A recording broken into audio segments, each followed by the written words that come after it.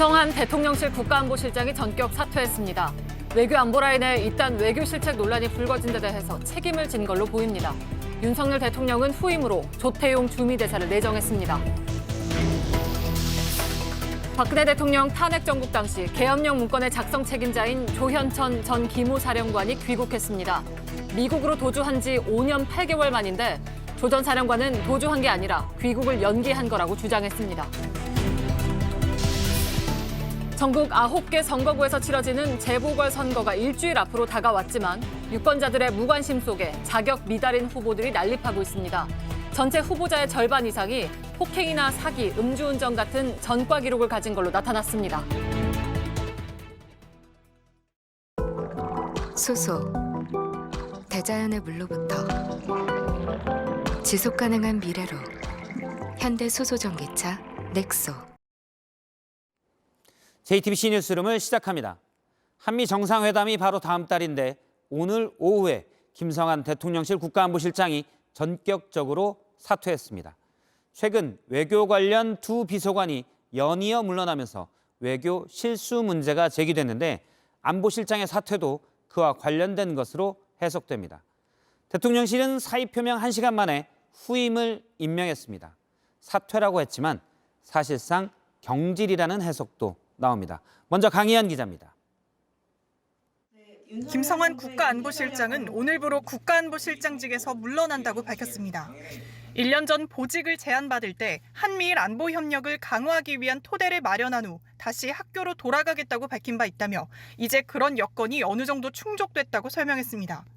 그러면서 저로 인한 논란이 더 이상 외교와 국정 운영에 부담이 되지 않았으면 한다고 했습니다. 김 실장의 사퇴엔 앞선 대통령실 외교안보 라인의 교체가 영향을 미쳤다는 분석이 나옵니다. 정부 출범 초기 임명된 김일범 의전 비서관과 이문희 외교비서관이 연달아 사퇴했기 때문입니다. 대통령실은 일신상의 이후 1년간 경무에 시달렸다고 설명했지만 그 배경엔 누적된 외교 실수 때문이란 해석이 나왔습니다. 결국 수장인 김 실장의 책임론까지 불거지자 자진 사퇴를 결정한 걸로 보입니다. 윤 대통령은 곧바로 사의를 수용하고 조태용 주미대사를 후임으로 내정했습니다. 윤석열 대통령은 김성한 국가안보실장의 사의를 오늘 고심 끝에 수용하기로 했습니다. 김 실장이 자진 사퇴한 지 1시간 만에 후임 발표까지 이뤄진 겁니다. 여권 내부에선 사실상 경질성 인사 아니냐는 해석이 나옵니다. JTBC 강연입니다. 문제는 대통령의 미국 국빈 방문이 바로 다음 달이라는 점입니다. 안보실장의 사퇴로 실질적인 외교 공백도 우려됩니다. 그런데도 전격적인 사퇴의 배경은 뭘까? 일단 방미 일정 중에 윤 대통령 부부가 함께 참석하는 일부 공연에 대한 보고 누락이 꼽히고 있습니다. 윤 대통령이 이 때문에 외교 안보 라인을 크게 질책했다고도 전해집니다. 계속해서 최수연 기자입니다. 대통령실은 전날만 해도 안보실장 교체설에 선을 그었습니다. 김대기 비서실장은 사실 무근이라고 했고 대통령실 관계자들은 방미를 앞두고 외교안보 수장이 교체되는 건 상식적이지 않다는 취지로 말했습니다. 실제로 윤 대통령도 전날 김성한 실장과 식사를 하며 격려한 것으로 파악됐습니다. 하지만 하루 만에 김 실장은 전격 사퇴했습니다. 여기엔 그간 외교 일정에서 보고나 정보 공유 누락 등이 크게 영향을 미친 것으로 알려집니다. 최근엔 미국이 국빈 방문 특별 프로그램으로 블랙핑크와 레이디 가가의 합동 공연을 여러 차례 제안했는데 보고가 제대로 전달되지 않았다는 얘기가 나옵니다. 이 행사는 두 정상 부부가 함께하는 일정으로 질 바이든 여사가 관심 있게 추진한 일정으로 알려집니다. 그런데 외교안보 라인의 대응이 늦어지면서 차질이 빚어질 뻔한 것으로 전해집니다. 윤 대통령은 이 과정에서 크게 질책했던 것으로도 파악됐습니다. 앞서 미국 뉴욕 순방 등에서도 김건희 여사 관련 일정이 제대로 조율되지 않아 혼선이 빚어진 것으로 알려집니다. 한일 정상회담 이후엔 일본의 언론 플레이에 제대로 대응하지 못한 점, 일본 순방 관련한 정보 공유가 제대로 안 되면서 대통령실 내부의 불만도 누적됐던 것으로 알려졌습니다.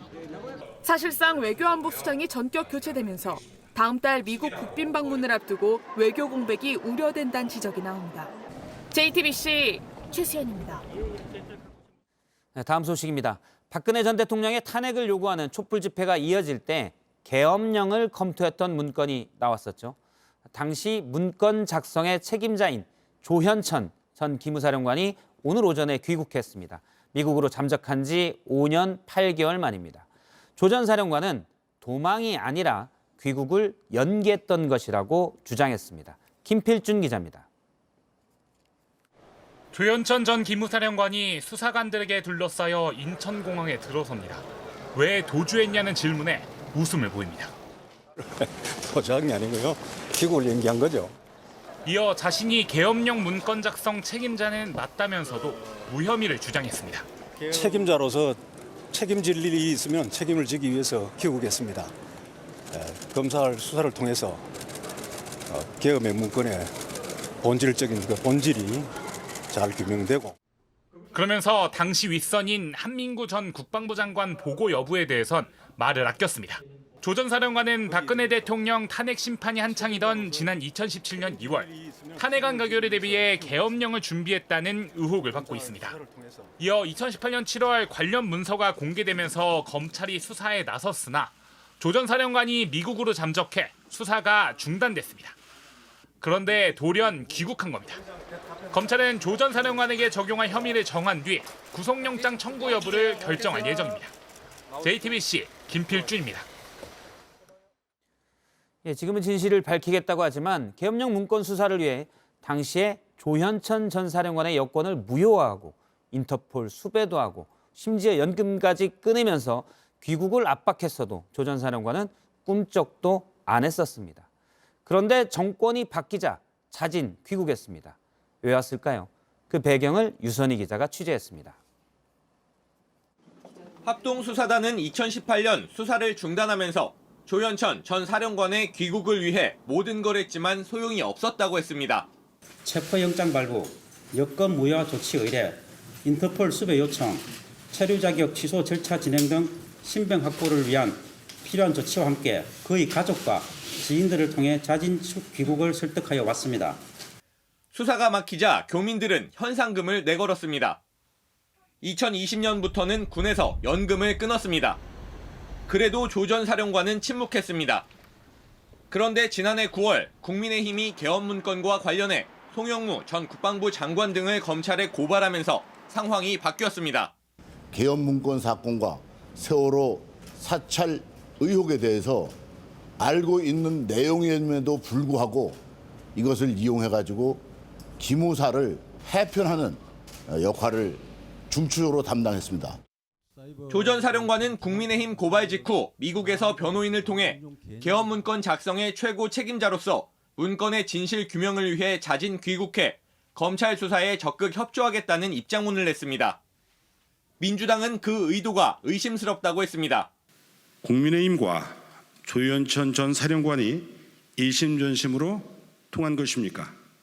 아니면 짜고 치는 고스톱입니까?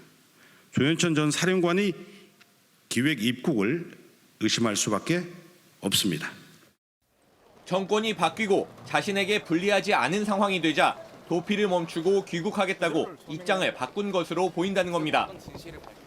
조 전 사령관은 지난해 귀국 의사를 밝힌 입장문에서도 또 오늘 귀국길에서도 검찰 수사를 통해 진실이 밝혀져야 한다는 말을 반복했습니다. JTBC 유선입니다. 맞춰서 방문하도록 하겠습니다. 지금 보시는 화면은 그럼 앞으로 전우원 한국에 씨가 체류할 일정은 따로 계획하신 게 있으신지 어느 정도 좀 머무르시는지. 한국에 제가 필요한 만큼 있다가 가도록 하겠습니다. 경찰 조사에서 마약 투약 혐의 인정하셨는지 어떤 마약 투약했다고 인정하셨나요? 방송에서도 밝힌 바와 같이 모든 마약 종류를 투약했다고 말씀드렸습니다. 뭐 정확히 리스트를 말씀드리길 원하시는 건가요? 네, 뭐 대마와 엑스터시도 좀 언급했었는데. 뭐 대마초, DMT 등등 각종 마약들을 사용한 걸 인정했습니다. 근데 간이 시약 검사도 하신 걸로 알고 있는데 그 검사 결과 혹시 통보 받으셨는지. 그 당일날 나오는 결과로는 다 음성이 나왔는데요. 더 자세한 검사 기록은 좀 더 기다려야 나올 것 같아요. 일가 비자금 의혹과 주변인들 관련 의혹도 또 폭로를 하셨는데 투약, 이렇게 폭로하게 되신 좀 동기가 또 어떻게 될지 일각에서는 뭐 후계자 구도 같은 언급도 좀 나오고 있어서요. 후기자 구도에는 관심이 없고요. 다만 제가 봉사활동을 하면서 그리고 교회 단체에서 봤던 좋은 분들 그리고 아이들이 저희 가족뿐만 아니라 저희 지인들과 같은 분들에 의해서 피해자가 될 수 있다는 생각에 폭로를 하게 되었습니다. 그럼 앞으로 좀 가족들과 만나실 계획이 따로 있으신지 한국에서라도. 지금 당분간은 없는 것 같아요. 아버지나 삼촌들에게 좀 연락을 받으시거나 그런 게 있을까요? 있다면 좀 내용을 소개해 주실 수 있을까요? 지금 연락 오시는 분들이 너무 많아서 그 가족분들에게는 따로 연락을 안 하고 있습니다. 연락이 온 건 없었나요? 연락이 온 것도 연락 온 게 몇백 개가 넘어서 다 확인을 못했어요. 이전에는 계속 유튜브와 이제 SNS, 인스타그램 통해서 입장 계속 보여주셨는데 앞으로도 계속 이렇게 SNS 통해서 입장 좀 밝히실 계획인지. 예, 지금 조사 과정에서 핸드폰이랑 노트북을 반납을 해서 당장은 라이브 하기가 어려운데요. 휴대폰 개통하고 가능한 대로 빨리 소통의 창을 열도록 하겠습니다. 비자금 의혹과 관련해서 검찰에서는 새로운 단서가 포착돼야 한다라고 하는데 혹시 추가 폭로하실 계획 있으실지요? 새로운 단서는 저희 가족들이 협력을 해야 된다고 생각을 하는데 그럴 가능성이 현저히 낮다고 생각하고 웬만하면은 죄를 숨기려고 할 것이기 때문에 저라도 대신 가서 사죄를 드릴 계획이 있습니다. 그리고 저 같은 죄인을 받아주시는 광주 시민 여러분 정말로 감사드립니다. 네, 마약 수사보다 비자금 수사보다 마약 수사에 집중하는 수사기관 이런 데 집중하는 언론들 아쉽지 않으십니까? 시민언론 저탄사의 권지영 기자입니다. 범죄자가 범죄로 인해서 수사받는 거는 옳은 일이라고 생각합니다. 조금만 더 집중했으면 좋겠는 바라시는 게 있을 것 같습니다. 언론들이나 수사기관들이요. 저에 집중해 주시는 만큼 저희 사회 전반적으로 문제가 되는 여러 가지 사안들에 대해서 똑같이 관심을 가져주시면 좋겠습니다. 이번에 광주를 찾으신 이후에도 5.18 단체와 유가족들과 계속해서 좀 접촉을 이어가실 계획인가요? 조금 전에 전두환 씨의 손자죠. 전우원 씨가 마포경찰서에서 이틀간 조사를 받고 나온 장면을 봤습니다. 실시간으로 봤고요. 전우원 씨는 가족들과 연락이 온 적이 없다. 그리고 비자금 추가 폭로 가능성에 대해서는 가족들이 협력해야 되는데 그렇지 않아서 쉽지 않을 것 같다라는 얘기도 했습니다. 마약 혐의로 공항에서 바로 체포됐던 전우원 씨는 앞으로 불구속 수사를 받을 것으로 보입니다. 앞서 전 씨는 마약 투약과 관련해서 방송에서 다 보여줬다라고 언급하기도 했습니다. 실시간으로 전우원 씨가 경찰서를 나오면서 했던 말을 직접 봤습니다. 네, 다음 소식입니다. 네, 4월 5일 재보궐선거가 일주일 앞으로 다가왔습니다. 사실 재보궐선거는 전국적인 이슈나 관심 가는 인물이 없으면 그들만의 리그가 되기 십상이죠. 문제는 이런 무관심의 틈을 비집고 자격 미달 후보들이 너무 많다는 겁니다. JTBC가 전수조사를 해보니 후보자 절반 이상이 전과가 있었습니다. 먼저 최승기 기자입니다. 등록 후보는 모두 33명. 이 중 절반이 넘는 18명이 음주운전, 뇌물수수, 폭행 등 1개 이상의 전과 기록을 갖고 있습니다. 민주당 이상직 전 의원의 범죄 행위로 유일하게 국회의원 재선거를 치르는 전주율도 같은 상황. 무소속 임정엽 후보는 건설업자로부터 1억 5천만 원을 받은 혐의와 폭행 등으로 기소돼 집행유예 선고를 받았고 김건희 여사에 대한 명예훼손 혐의 등으로 재판 중인 무소속 안혜욱 후보도 횡령과 음주운전으로 벌금형을 받았습니다. 제가 가슴 아프게도 대통령 가족을 모시면서 알선수재라고 하는 제목으로 구속이 되었다가 케이스를 켜놓고 뭘 얹어놓고 와버렸대. 잊어버렸다고. 큰일 났다고 그래가지고 그때 고기 잠깐 그러니까 700-800m 이동하다가 진보당 강성희 후보는 노동운동을 하다 공무집행방해 등으로 벌금과 집행유예 처분을 받은 바 있습니다. 국회의원뿐 아니라 기초 광역의원, 교육감 선거에 나선 후보자들도 국보법 위반, 무면허 운전, 사기 등 다양한 전과를 갖고 있습니다. 음주 전과를 가진 후보도 20% 수준인 7명, 국민의힘과 민주당 후보도 여기에 포함됐는데 양당은 당규에 강력범죄자는 공천을 하지 않도록 규정해뒀지만 음주운전은 해당되지 않습니다. JTBC 최승기입니다.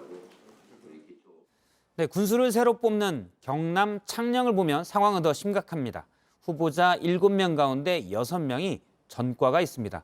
대체 어떻게 뽑으라는 건지 하예빈 기자가 주민들의 목소리를 들어봤습니다. 보궐선거를 일주일 정도 앞두고 선거운동이 한창입니다. 시장 입구가 이렇게 선거운동원들과 현수막으로 뒤덮여 있는데요. 시민들의 목소리를 직접 한번 들어봤습니다. 한 번 나쁜 짓을 하게 되면 영원히 한다는 거거든. 누구를 한 툭 때리면 언젠가는 한 툭 때리게 돼 있다고. 국민으로 모여가는 것보다 속에 충돌이 나지. 전부 하나같이 다 그러고 나는 깨끗하다, 나는 깨끗하다. 뭐 깨끗한데? 앞서 지난해 선출된 창녕 군수는 공직선거법 위반 혐의가 불거진 뒤 지난 1월 극단적 선택을 했습니다. 이후 7명의 후보가 새 군수가 되겠다며 출사표를 던졌는데 이 중 6명이 범죄 경력이 있습니다. 혐의는 횡령과 뇌물, 음주운전 등입니다. 산에 갔다가 내려와가지고 그 파전 막걸리 먹는 집에서 먹고 그러고 난 뒤에 차를 빼다가 그런 거에 대한 개념이 별로 없을 때였어요. 마산에서 야구 보고 오다가 그 야구 응원에 좀 휩싸여가지고 억울하다고 주장하기도 합니다. 저는 단 돈 10원도 받지 않았습니다. 남들처럼 돈을 받고 내가 재산적 이익을 얻으려고 한 건 아니고 한때 국민의힘 소속이었던 일부 후보들은 당에서 공천을 하지 않겠다고 하자 탈당하고 출마했습니다. 그런데 이들 대부분이 국민의힘 당색인 빨간 옷을 맞춰 입고 윤석열 대통령 사진을 붙이는 등 사실상 여당 후보처럼 선거운동을 하고 있습니다. 무공천의 의미가 퇴색되는 게 아니냐는 비판이 나옵니다. JTBC 하혜비입니다. 네, 한덕수 국무총리가 윤석열 대통령에게 양곡법 개정안에 대해 거부권을 행사해달라고 공식 건의했습니다. 윤 대통령 취임 이후 첫 거부권 행사 사례가 될 전망입니다. 민주당은 정부가 국민의 먹고 사는 문제를 포기했다고 반발했습니다. 신혜영 기자입니다. 한덕수 국무총리는 양곡관리법 개정안에 대한 윤석열 대통령의 제2요구, 즉 거부권 행사를 공식 건의했습니다.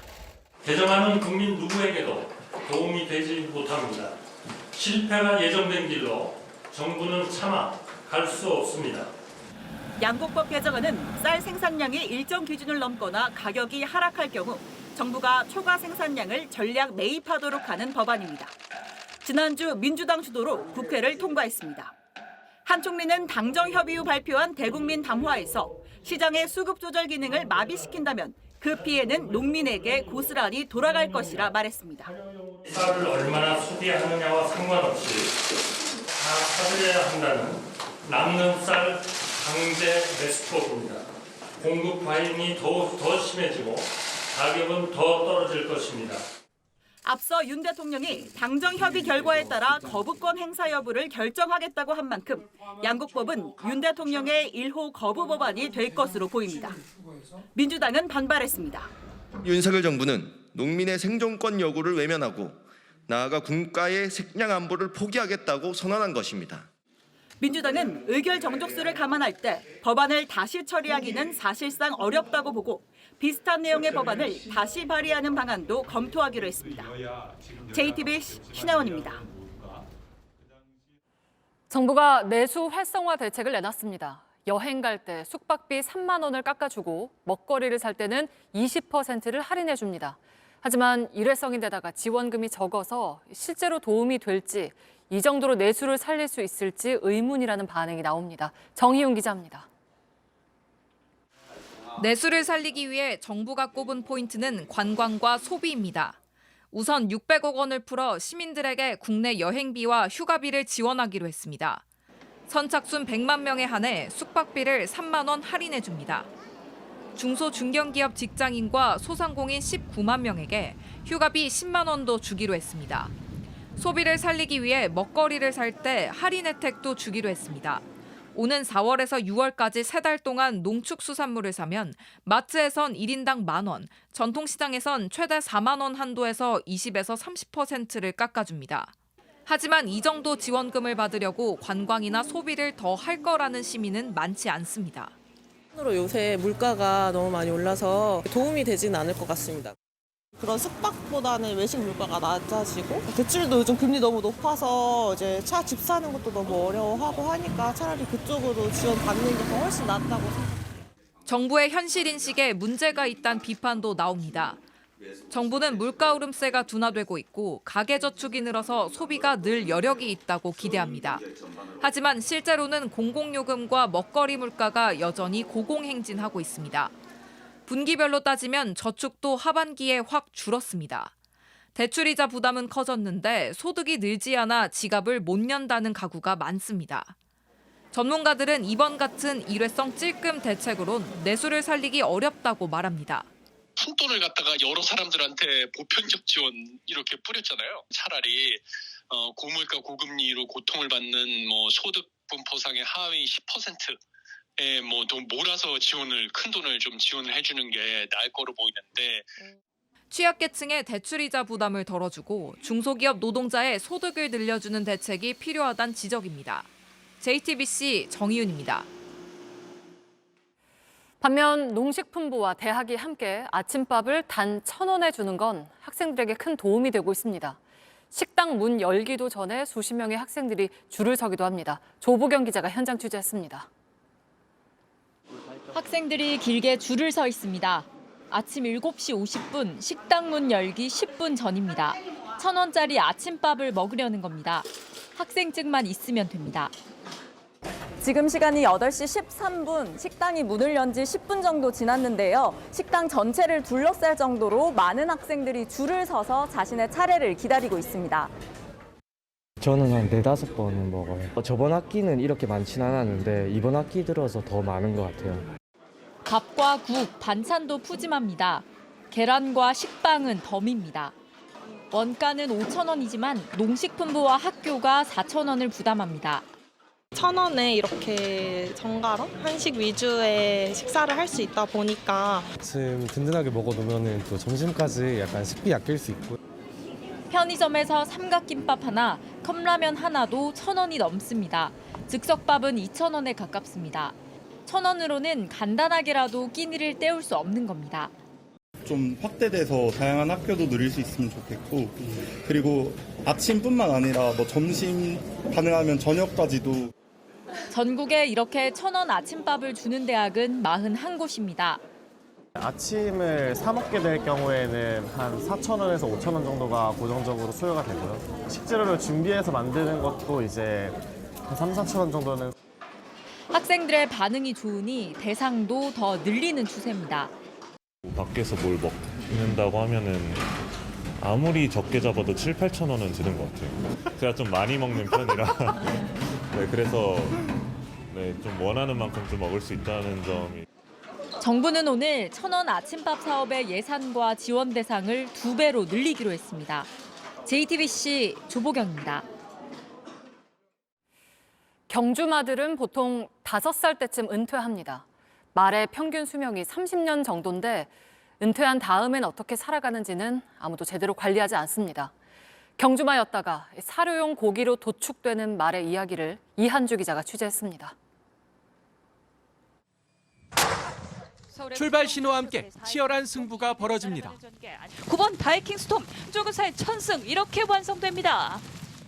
국제 혈통서를 지닌 최상급 경주마입니다. 2년 반 동안 5차례 우승하며 2억 원이 넘는 상금을 벌었습니다.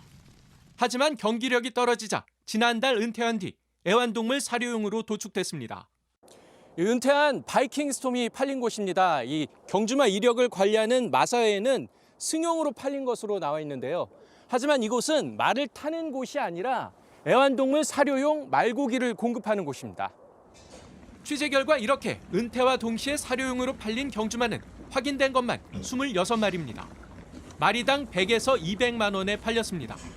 유지 비용 부담 때문입니다. 어머니에서 먹고 자고 훈련받고 그냥 치료를 하고 고정적으로 들어간 그 비용이 한 200만 원 정도 들어가요. 그만 2억씩 들어갈 수 있잖아요. 현재 제도상 불법은 아닙니다. 하지만 마사회는 은퇴한 경주마를 도축하지 말라고 권고했습니다. 지난해에는 100억 원의 복지 기금도 만들겠다고 했습니다. 저 말마도 한국마사회 경주마 복지 프로그램을 통해 셀럽 승용마로서 활기찬 제2의 마생을 보내고 있답니다. 제주를 제외하고도 매년 은퇴하는 경주마 1,400여 마리 가운데 승마나 번식용으로 쓰인다고 신고된 말조차 절반이 채 되지 않습니다. 나머지는 이렇게 사료용으로 도축되고 있을 가능성이 높다고 전문가들은 보고 있습니다. 반려동물처럼 인식하는 말을 다시 반려동물의 사료로 쓴다라는 거는 정서적으로 분명히 많이 충돌이 돼서 경주마와 고기용으로 기르는 식용마를 구분하고 은퇴 경주마를 위한 복지체계 마련이 필요합니다. JTBC 이한주입니다. 디지털 성범죄 피해자들은 가해자가 붙잡힌 뒤에도 계속 고통을 겪습니다.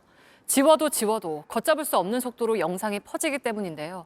피해 영상을 더 빨리 많이 찾을 수 있는 인공지능 프로그램이 나왔습니다. 최승훈 기자입니다.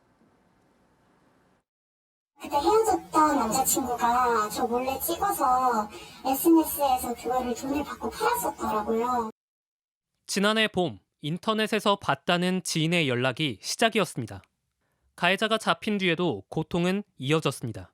클릭수가 10만 회예요. 적게는 몇천 회고 한 번 올라가면은 걷잡을 수 없이 퍼지거든요. 지우고 또 지워도 다른 사이트에서 피해 영상이 또 발견됐습니다. 서울시는 피해 영상이 퍼지는 속도를 따라잡기 위해 인공지능 기술을 활용한 프로그램을 오늘부터 도입했습니다. 특정 영상이나 음성 등을 입력하면 3분 만에 비슷한 게시물들을 모조리 찾아냅니다. 사람이 찾을 때보다 훨씬 빠르고 365일 24시간 쉬지 않고 찾아 지우는 장점도 있습니다. 서울시가 지난 1년간 삭제한 영상은 3천여 개인데 새 기술로 더 많은 도움을 줄 수 있을 걸로 보입니다. 구글과 또 이제 트위터, 인스타그램, 페이스북까지 4개를 먼저 지원을 하고 있고요. SNS는 점차적으로 범위를 확대해 나갈 예정에 있습니다. JTBC 최승훈입니다. 네, 뉴스룸은 어제 공정거래위원회가 부산 북항 재개발 사업 입찰 담합 의혹으로 롯데건설을 조사하고 있다고 전해드렸습니다. 롯데건설 측은 담합이 아니라는 입장이지만 공정위가 확보한 당시 한 녹취 파일에는 롯데건설과 효성중공업이 사전에 미리 짠 정황이 있었습니다. 최현수 기자입니다. 공정위가 살펴보는 건 롯데건설이 효성중공업과 미리 짜고 중복 입찰을 했는지 여부입니다. 한 개 구역의 시공사로 입찰에 참여한 롯데건설이 다른 구역의 효성중공업을 앞세워 또다시 입찰에 참여했다는 의혹입니다. 낙찰이 되기 사흘 전 롯데건설 담당 팀장과 한 시행사 부사장의 통화 내용을 들어봤습니다. 효성하고 롯데하고는 또 같이 가죠, 그렇죠? 예. 네, 그래서 그렇지. 공정위는 이 부분이 롯데건설이 낙찰 전 효성과 미리 짜고 입찰에 참여한 증거가 될 수 있는 것으로 의심하고 있습니다. 롯데건설과 효성중공업뿐 아니라 다른 컨소시엄에 참여한 시행사에서도 그 사실을 알고 있었을 만큼 공공연한 사실이었을 수 있다는 겁니다. 해당 팀장은 최근 공정위 조사에서 낙찰 후에 합의했다며 의혹을 부인했습니다.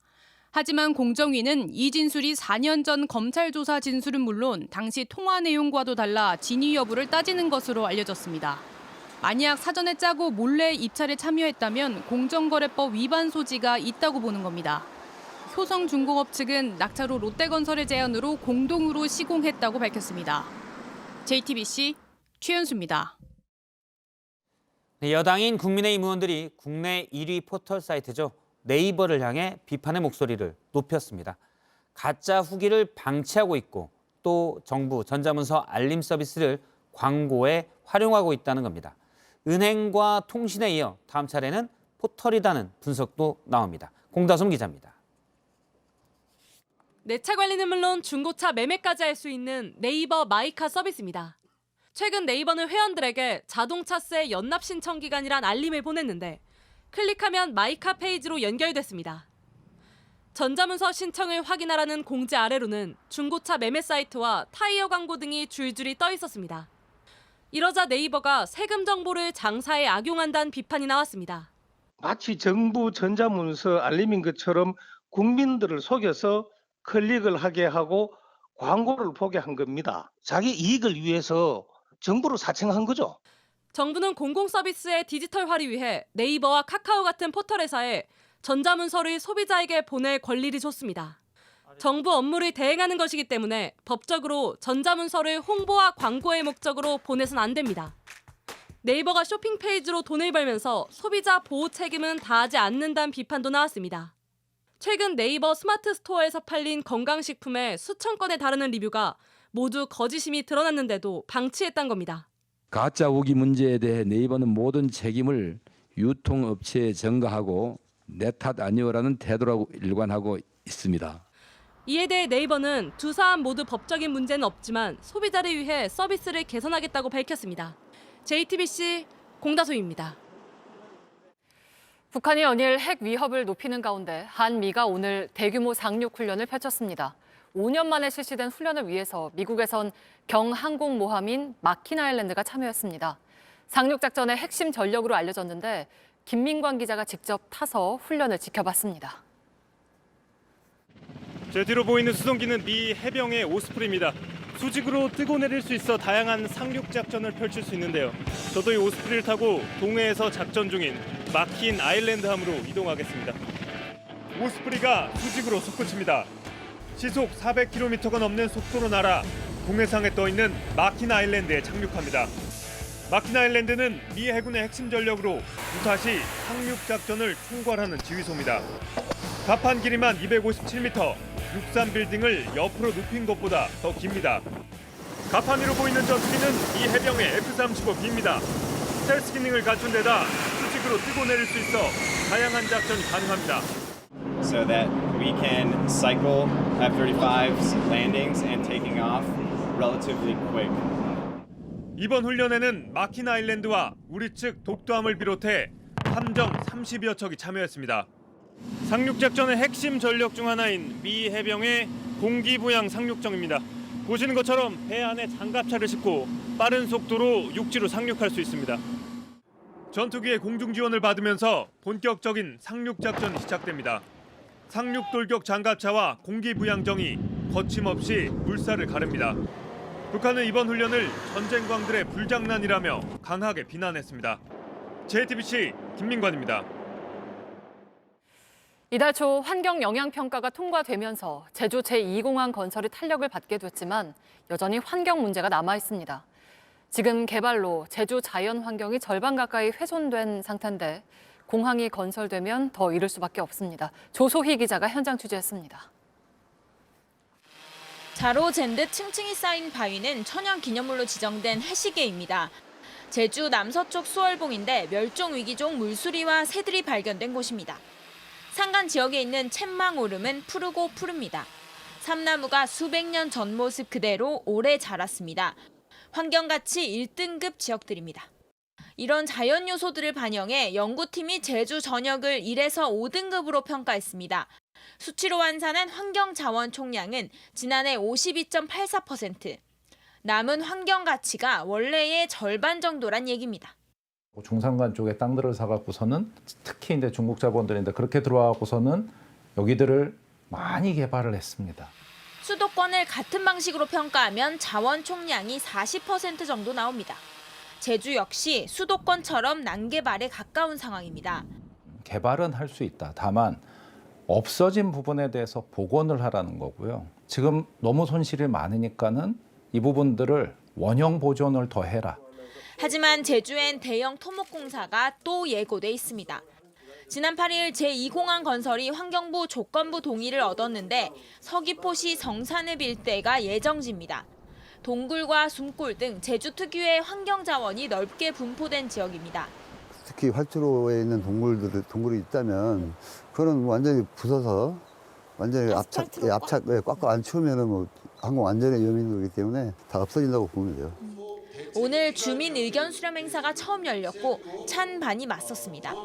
포화 상태인 기존 공항을 보완할 새 공항이 필요하다는 요구와 제주 환경 가치가 훼손될 거란 우려가 맞섰습니다. 2015년 제2공항 계획 발표 뒤 8년째 이어지는 논란입니다. 어쩌면 찬반 그 자체보다 훼손된 환경 자원을 어떻게 복원할지 고민해야 할 시점입니다. JTBC 조소입니다.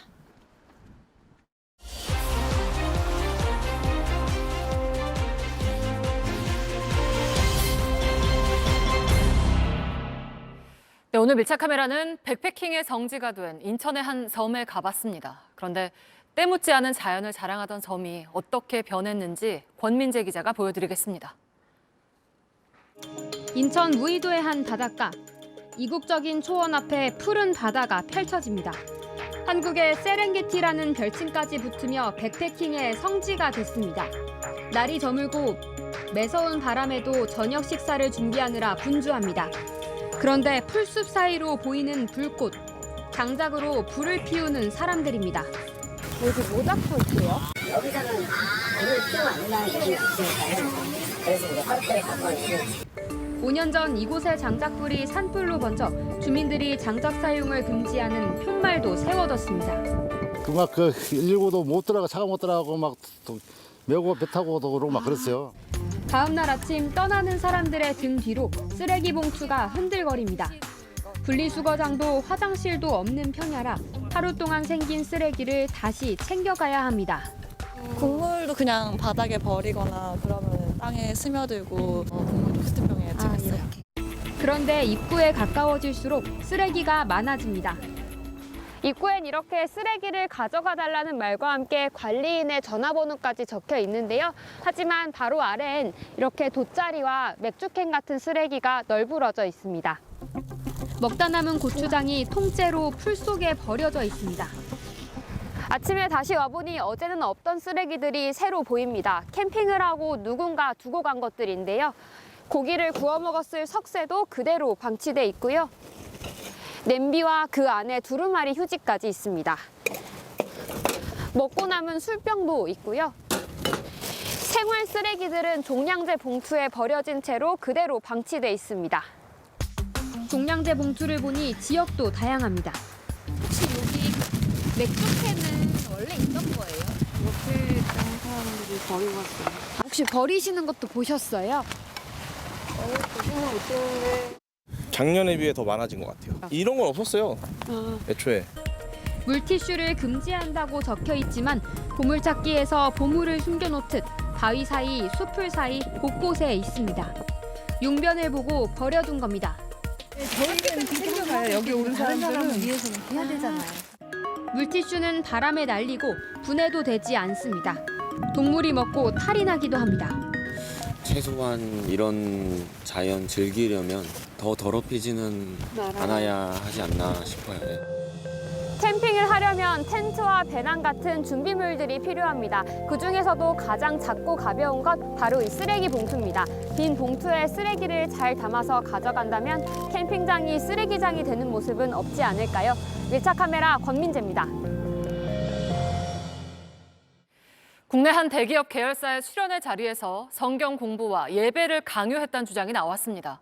회사는 자유로운 행사였다고 말하지만 직원들은 억지로 참석할 수밖에 없었다고 말합니다. 윤정주 기자입니다.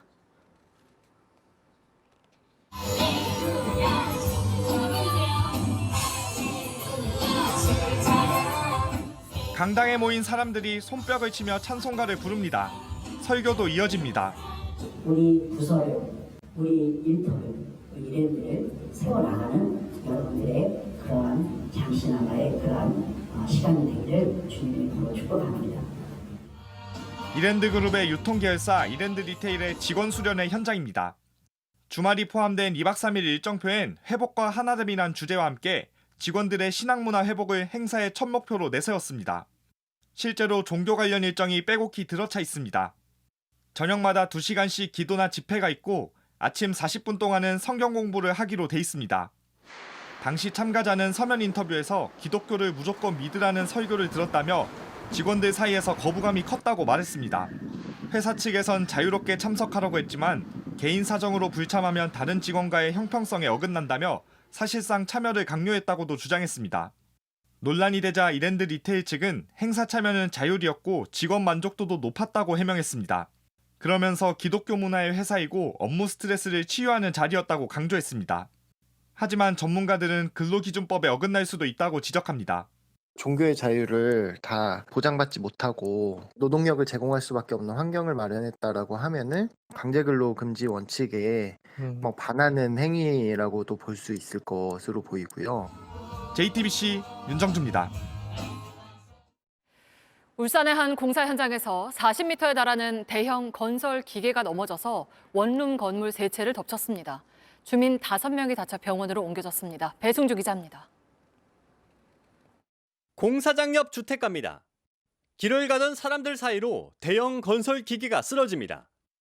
공사 가림막도 맥없이 부서집니다. 한 시민은 가까스로 피합니다.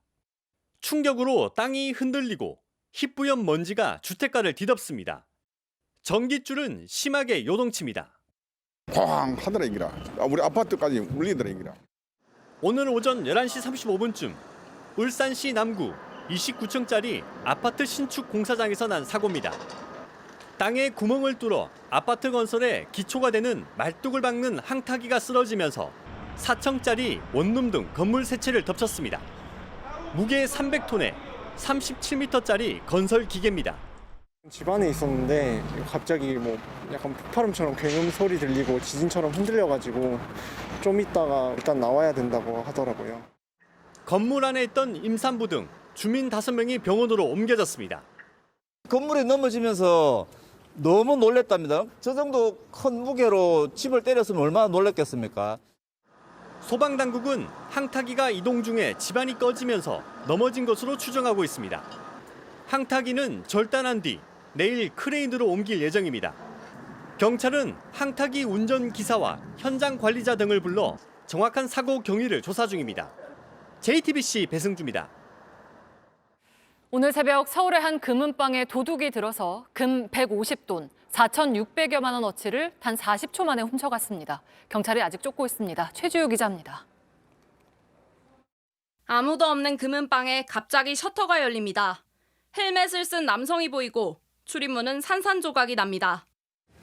망치로 셔터 자물쇠를 부순 남성은 유리문을 깨고 가게 안으로 들어왔습니다. 능숙하게 진열대 위 보자기를 걷어내더니 다시 망치를 휘둘러 진열장을 부쉈습니다. 이어 허겁지겁 금목걸이 등을 주워 담더니 가게를 빠져나갑니다.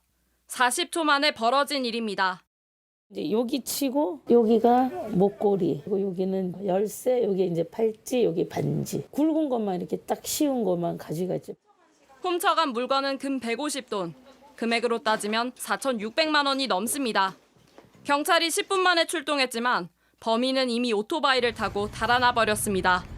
진열장 위에다가 보자기 같은 거 씌워놔요. CCTV 확인하니까 그쪽으로 망치를 때리더라고요. 경찰은 인근 CCTV 등을 토대로 이 남성의 행방을 쫓고 있습니다. JTBC 최지우입니다. 박혜수, 손석구, 정성일까지 이름만 들어도 쟁쟁한 이 배우들의 공통점은 인기를 뒤로하고 연극 무대로 다시 돌아왔다는 점입니다. 이들의 이야기를 이한길 기자가 전해드립니다. 인간을 타락시키기 위해 신과 내기를 벌이는 악마. 장담하는데 주님께서는 그자를 잃게 될 것입니다. 오징어 게임과 수리남 등에 잇따라 출연하며 넷플릭스 공무원이란 별명이 붙은 배우 박혜수입니다. 김은희 형 인생이 왜 그 모양 그 꼴인 줄 알아? 단숨에 스타가 됐지만 5년 만에 연극 무대로 돌아왔습니다. 공연을 보러 온다는 건 누군가의 가치관을 저를 경험하겠다는 거거든요. 대세 배우 손석구 역시 9년 만에 다시 연극을 준비하고 있습니다. 2차 대전이 끝난 줄 모른 채 나무 위에 숨어 사는 일본군 이야기를 그린 묵직한 작품입니다. 이 복수가 끝나면 문동훈 씨는 행복해집니까? 넷플릭스 드라마 더 글로리로 인기를 얻은 배우 정성일도 마찬가지입니다. 연습 시간이 너무 재밌어요. 행복합니다. 네. 이들이 인기의 정점에서 연극을 선택한 이유, 초심을 잃지 않기 위해서입니다. 오랜만에 무대 연습이라서 굉장히 좀 낯선 부분도 없지 않아 있었는데 첫날부터 사실 홀딱 벗고 연습하는 것처럼 연습을 하게 해주셨어요. 다. 스타들의 귀환에 침체된 연극계가 살아날 거란 기대가 나오지만 비싼 출연료에 티켓값이 오를 거란 우려도 있습니다. JTBC 이한길입니다.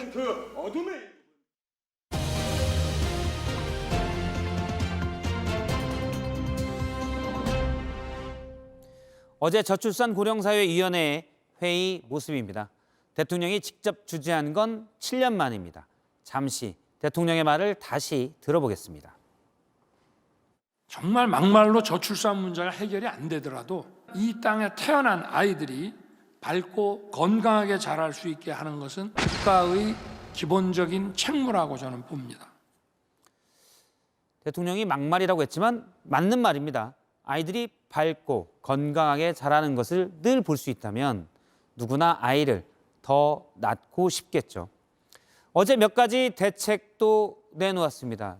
잠깐 주요 대책만 보면 사실 따지고 보면 기존 대책을 조금 더 연장하거나 확대하는 수준이긴 한데 2세 미만의 입원 진료비를 전액 국가가 지원한다. 좀 눈에 띄었습니다. 그런데 바로 오늘 아픈 아이들을 돌보는 소아청소년과 의사들이 병원 문을 닫겠다고 했습니다. 지금까지 소아청소년과가 위기다 이런 지적은 많이 있었지요. 전공의 구하기가 힘들다, 응급진료 중단, 돈이 너무 안 된다. 정부도 대책을 내놨지만 의사들은 별 도움이 안 된다며 급기야 문을 닫겠다고 한 겁니다. 따지고 보면 저출산 대책으로 아픈 아이를 국가가 치료해 주겠다고 했는데 정작 아이를 봐줄 의사도 병원도 없는 셈이 되는 거죠.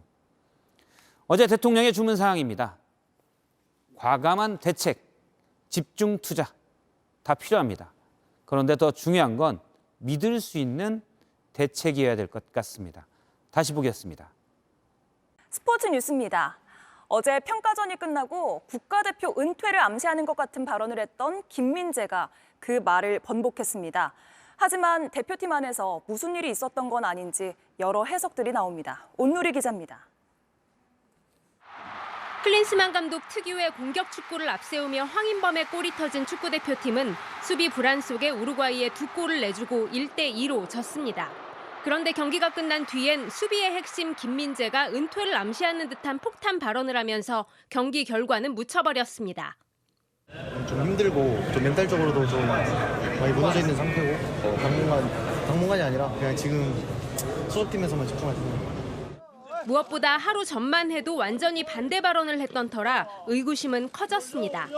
부상 없이 계속 대표팀에 와서 활약하는 게 가장 중요하다고 생각하고요. 또 경기 수는 이제 제 몸이 다하는 만큼은 하지 않을까요? 축구협회에 따르면 김민재는 지난 1월에도 정신적인 어려움을 호소했고 최근 대표팀에 소집됐을 땐 클린스만 감독과 개별 면담도 하면서 스스로를 다잡았습니다. 때문에 이번 대표팀 소집 도중 트리거가 될 만한 일이 있었던 게 아니냐는 추측도 나옵니다. 파장이 커지자 김민재는 오늘 이탈리아로 출국한 이후 항상 잘해야 한다는 책임감과 실점했을 때의 실망감이 힘들었다며 사과의 글을 올렸습니다. 클린스만 감독은 다음 달 김민재를 만나 면담할 계획입니다. JTBC 온누리입니다. 12년 전 우리 프로축구는 승부 조작 사건으로 얼룩졌는데 축구협회가 당시 주동자들을 사면하기로 했습니다. 카타르 월드컵 16강 진출을 자축하기 위해서라는데 비난이 거셉니다. 오선민 기자입니다. 대한축구협회가 승부 조작으로 제명된 축구인들을 사면하겠다 밝힌 시간은 어제 저녁 7시쯤입니다. 우루과이전을 1시간 앞두고 축구 팬들의 관심이 그라운드로 쏠리던 시간입니다. 여론을 잠재우기 위해 물타기한 게 아니냐는 비난에 휩싸였는데 축구협회가 밝힌 사면 이유도 논란입니다. 카타르 월드컵 16강 진출을 축하하기 위함이라고 설명했는데 축구 팬들은 반발했습니다.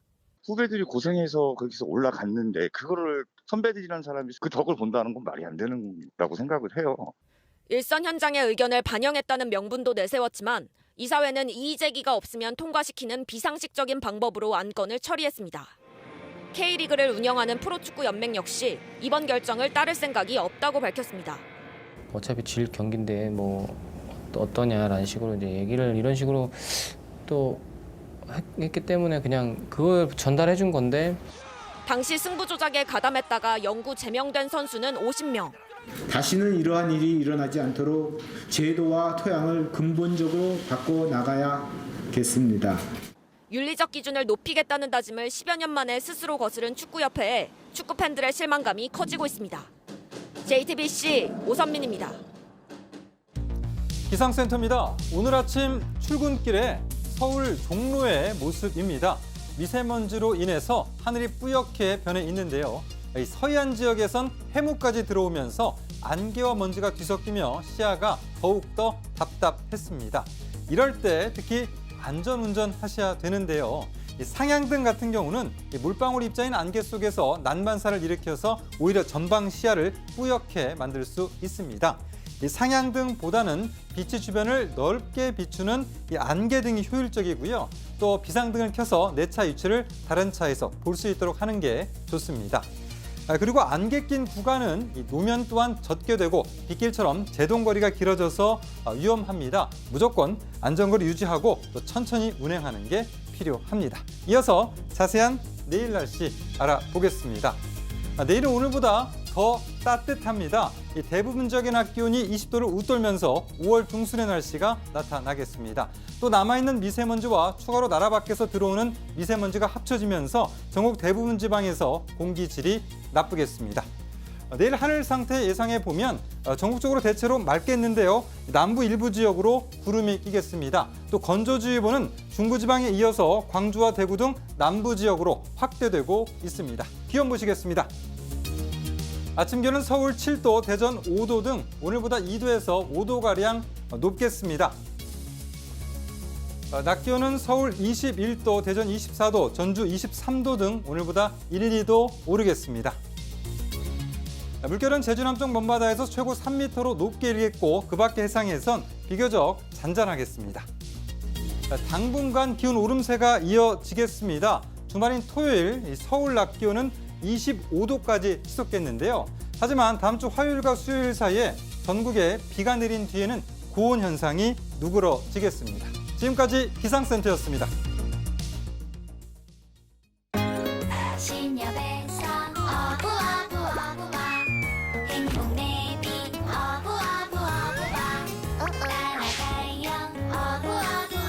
행복 내비게이션 평생 어부바 신협. 지옥철의 출근 무한반복 회의 매일매일 야근 집이 오면 육아 전쟁 지끈지끈 두통은 빨리 더 빠르면 탑센 액상으로 효과 빠른 진통제 빠르게 탁 강하게 센 탑센. 네, 유튜브로 이어지는 뉴스룸 뒤에선 미국 반도체법과 우리 기업 상황에 대해서 전문가와 짚어보겠습니다. 네, 오늘 뉴스룸은 여기까지입니다. 시청해 주신 여러분 고맙습니다.